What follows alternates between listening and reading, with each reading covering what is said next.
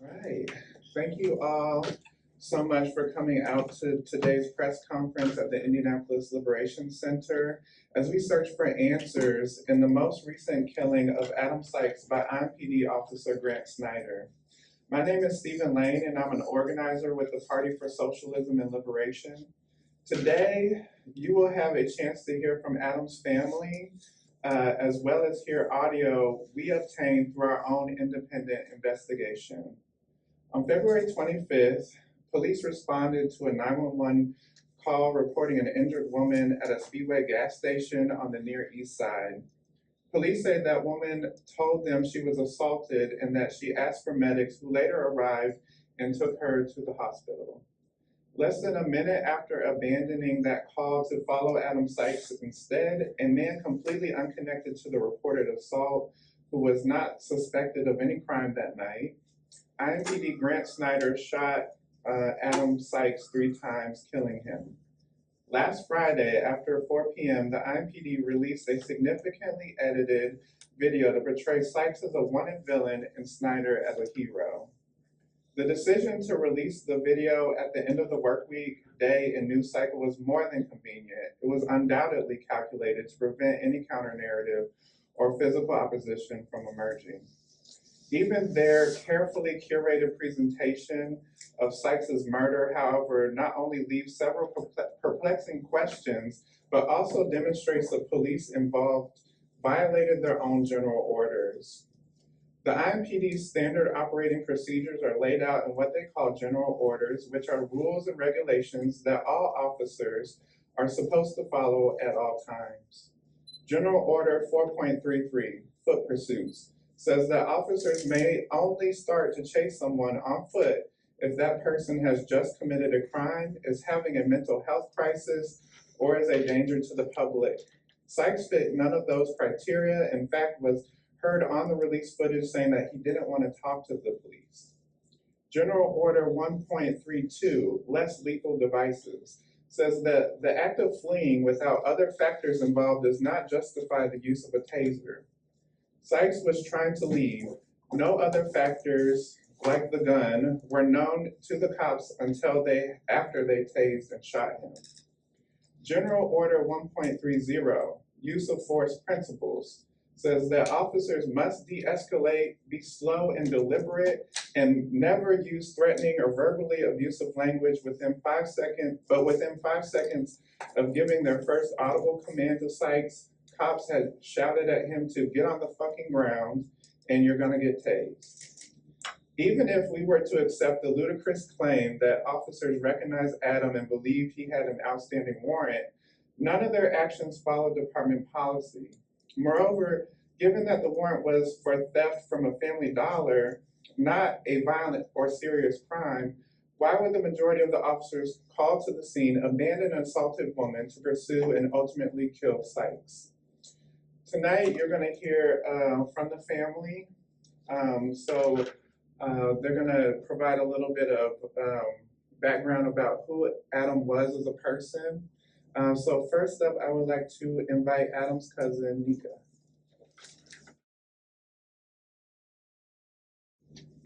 Good afternoon. My name is Anika Green. I was born Anika Sykes, and I am Adam's first cousin. And even though we're only a month apart, he's only 1 month older than me, he always called me his baby cousin. We were raised together since birth, and before his adoption, my mother served as his legal guardian. So although he was my cousin, he was more like my brother. The last time I saw Adam was around the time of his mother's death. She died around this time, his birth mother, around this time last year. And in the summer, we held a memorial gathering for her. And although it was his mother that he lost, he was the one who was comforting me. He was always happy to be around his family and his friends. And we talked about how it's our turn. Our parents are getting older. our parents are not able to provide and be the backbone of our family anymore, but that it was our turn. And he often told me how proud he was of me and how we were going to lead the next generation for his daughter, his younger sisters, and his nephew. And even though we shared our love for each other that day, we didn't talk, I didn't see him after that. Most of our check-ins were like on the phone and things like that. But I was the first person contacted by police when we found out about his death. An IMPD officer and chaplain came to my mother's home searching for the next of kin, and I was really confused when they came. I was unsure why they were at my door, and they said, "Do you know Adam Sykes?" I said, "Yes, that's my cousin." They said, "Well, how old are you?" I told them my age, assuring them that I was over the age of 18. And it was then that they gave me the news. And even in that moment, it was very unclear to me what happened. The language was, there was a police incident last night, shots were fired, Adam was taken to the hospital, and he did not make it. I said, "So is he dead?" And the officer answered, "Yes." I said, "Did the police kill him?" And they said, "We are not allowed to say, it's under investigation." That day, I contacted my brother, who called the police station trying to seek answers, and from the very beginning, lies were told. They gave my brother a completely different story than that was given to the news originally, saying that there was a shootout, and we know that the only shots that were fired were from the officers that night. And the most difficult part of this situation has been the entire framing of the situation. News coverage has included details that have nothing to do with his pursuit or his death.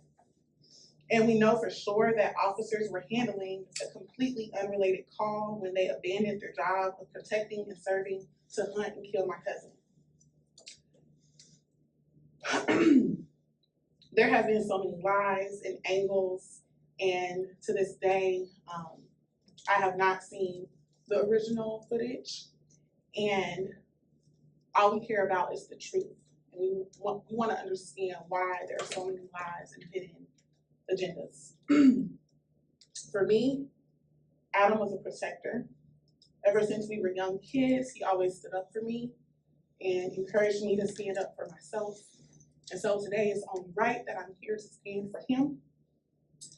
He loved his family deep down, and he was just always proud of us and would speak about how we were going to change things. He was charismatic, he loved to laugh, he loved adventure and trying new things. And he had a lot of love and hope and dreams that he didn't get to actualize. He didn't get to see it. And a lot of people failed him throughout his life, preventing it. It is hard trying to think of the ways to explain to his daughter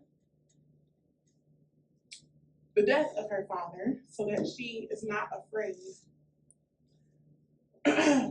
He has an 8-year-old daughter who is suffering, battling, surviving leukemia, and now this traumatic incident from the death of her father.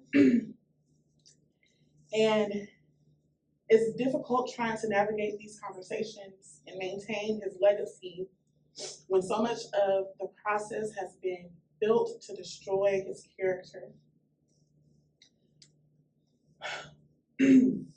My cousin loved her father, and he loved her.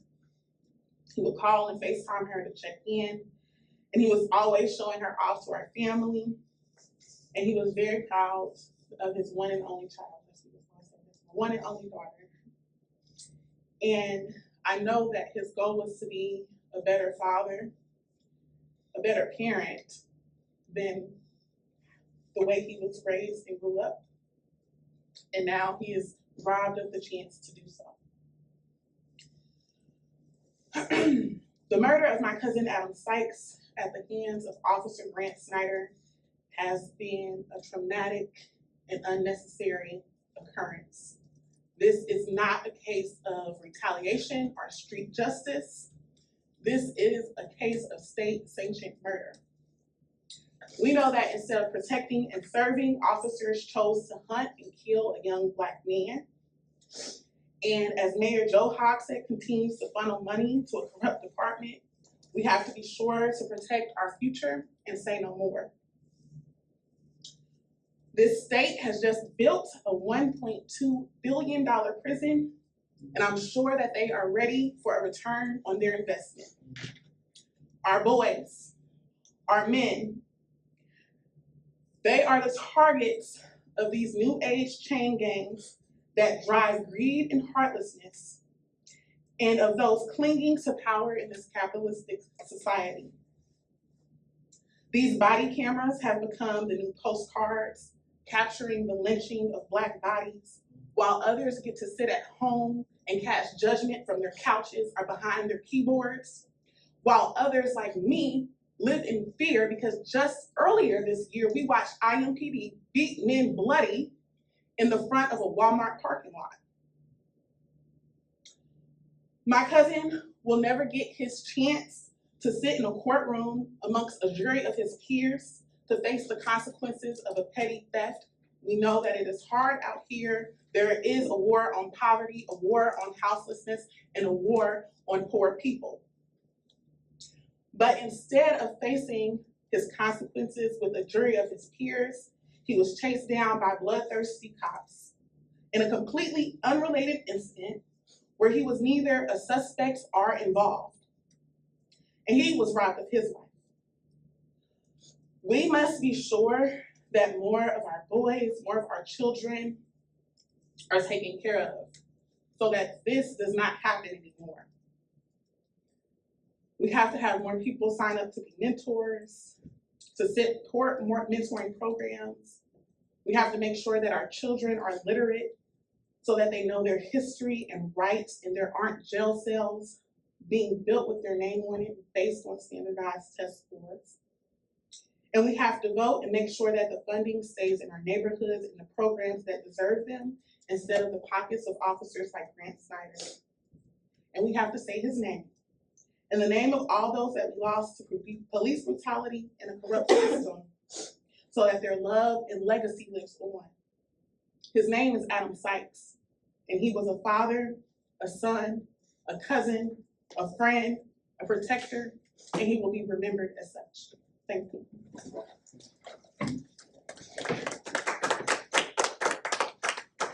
Thank you so much, Nika. That was very powerful. We'll have a chance for a Q&A at the end. Before we show the new video evidence that we have, we also want to hear from Adam's auntie, Aunt Shantia. I'm Adam's Aunt Shantia Jones. I'm the aunt on his dad's side. His father is Douglas Jones. And I'm not going to be very long because I feel Nika said everything that needed to be said. I just wanted to speak on his character as far as Adam. Adam wasn't a horrible person. Adam was out here trying to get himself together for the sake of his daughter. I hadn't spoken with my nephew in quite some time, but when I did speak to Adam, that's one thing that Adam did say. He said, Auntie, I'm gonna get myself together. He said, just count on me, I'm gonna get myself together. And like Nika said, he didn't even have the chance to do that. His daughter, she's missing her dad. I was one of the ones that did go and speak to his daughter and to let her know about her dad's death, because she didn't know anything. And just to see her break down like she did, that hurt me more, because now she has to grow up without her dad. She has to fight her leukemia without her dad. So, like I said, I'm not gonna be here long. I just want you all to know that Adam was not a bad person. Adam was somebody that was trying to get himself together, and he would have gotten himself together had he had the opportunity. Thank you.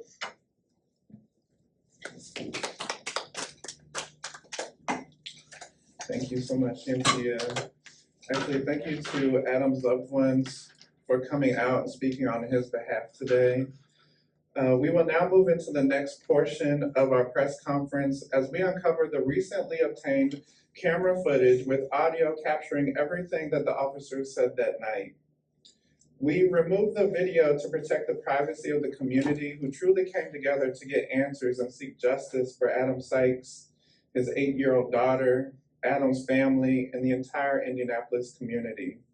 The Party for Socialism and Liberation reviewed the recordings taken at the scene of Sykes' murder and reconstructed an independent timeline, including audio that IMPD censored from their video. I will now provide you with a summary of what you will hear from the 2 different cameras that captured the audio of Adam's final moments. At 2:21 a.m. in the morning, at the 30-second mark, Grant Snyder raises both his taser and his sidearm and aims them both at Adam Sykes, which is dangerous and against best practices, and shouts, "Stop, you're gonna get tased, stop." At 2:21, at the 31-second mark, Officer 1 says, "Stop, get on the ground." At the 32-second mark, Adam falls to the ground. At the 33-second mark, you hear, "Fucking kill him, shoot." At the 34-second mark, you hear, "Get on the fucking ground." At the 35-second mark, you hear 5 seconds after Adam was commanded to stop, Snyder fires 3 shots in 2 seconds. At the 38-second mark, you hear, "Do not move, do not move." At the 55-second mark, you hear, "Do not move, don't fucking move." As Adam's body twitches in the street, cops continue yelling at him to stop. So we're gonna play the video for you, and so we'll have it up here on the screen, and we'll get the light.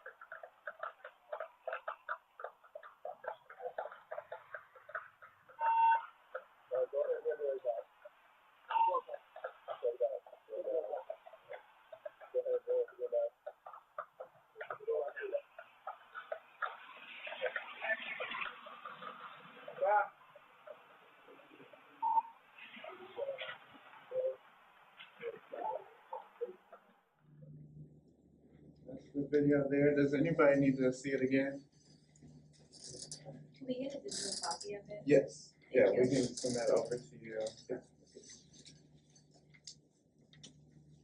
So, that was a video that we were able to reconstruct with the audio from different door cameras we were able to obtain that night. In those door cameras, you do see the police recognizing that those door cameras are active and recording, so they should have that same footage. And we are wondering why IMPD left that audio out of their edited footage. And we are demanding that IMPD release the unedited footage to the family, and they have until Friday, April 25th by 5 p.m. to release that unedited footage to the family so that they can review it with their legal representation. And that With that, we conclude today's press conference, and if you have any questions, please feel free to ask at this time. Has the family's legal representation filed to get the full video released to you guys yet? That would be something that. Yeah, that's, the mother is working on securing legal representation at this time.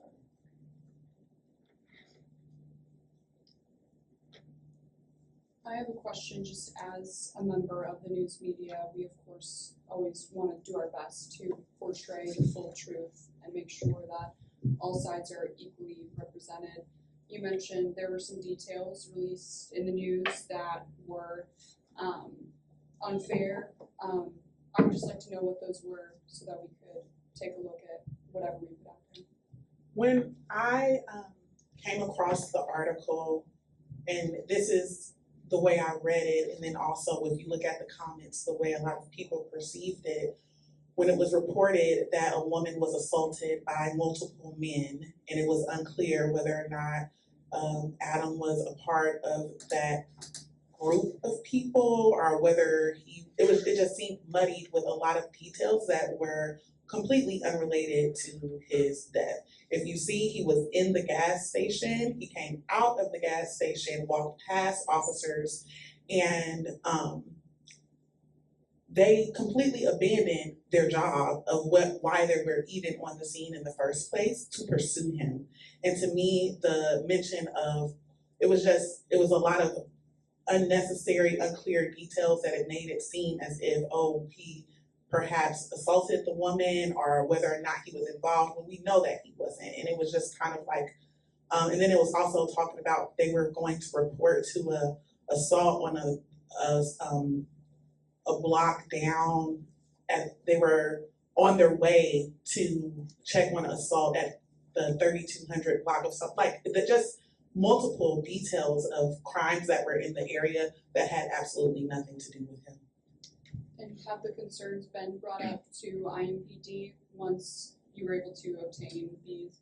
Yes, so, and even, like I said, I expressed concerns, my brother expressed concerns, because even the way we were told in the very day we found out, we had questions and were lied to from the very beginning. So we have addressed those concerns.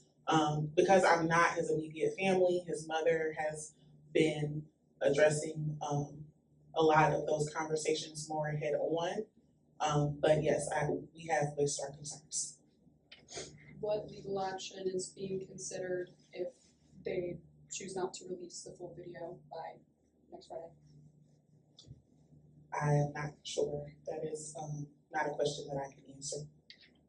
And could we also have you each say and spell your full names again so we can get those accurately? Yes, my name is Anika Green, A-N-I-K-A, Green, like the color, G-R-E-E-N. And mine is Shantia, C-H-A-N-T-I-A, Jones. Thank you. So if the video is not released by Friday, April 25th by 5 p.m., we will stage a rally outside of the City County building on that Saturday. And we encourage everyone who is looking for social justice and justice for Adam and all victims of IMPD violence to come out to that Saturday rally. I have a good question. Can you clear up some of the details, because I'm hearing the incident about Family Dollar. Can you clear that part up, because it's not, thank you. So the whole reason for the pursuit was that the cops recognized Adam from the area, is just what we're assuming, and that he had an active warrant for his arrest. The warrant was for a theft in June 2024, and this was in February of 2025. And if they know his face and name, it's just a little bit confusing as to why that night they decided to pursue that active warrant.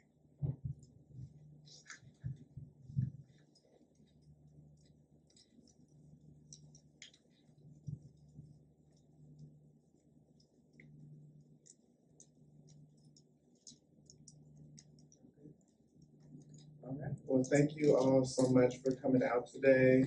And yeah, we really appreciate you covering this story. Thank you. Thank you. Thank you. Thank you.